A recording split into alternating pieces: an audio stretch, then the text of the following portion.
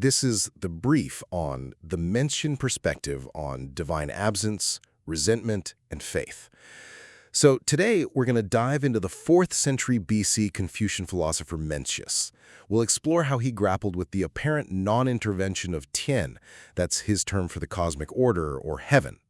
It's a really crucial non-Western perspective on that universal problem of, divine silence. We're zeroing in on 3 core ideas here. Okay, so first up, for Mencius, this whole problem of divine absence, it was deeply personal and political. See, his tradition taught that heaven was supposed to raise up a virtuous king every few hundred years to bring peace. But way more time than that had passed.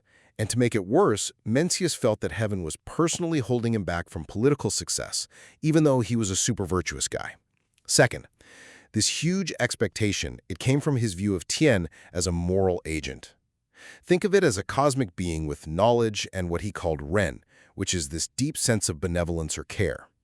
So because Mencius saw heaven as having this moral compass and the power to fix things, its silence wasn't just random chaos.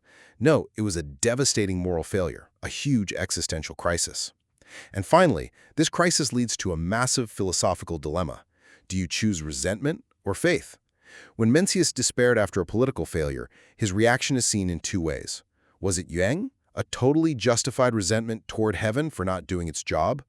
Or was it Ming, a faithful acceptance of heaven's mysterious plan? Later scholars really leaned into accepting Ming, arguing you have to persevere and keep the faith, even when all the evidence points the other way. Mencius's struggle gives us this powerful perspective. When the divine seems silent, what's the right response? Righteous anger or a deeper, unknowable faith?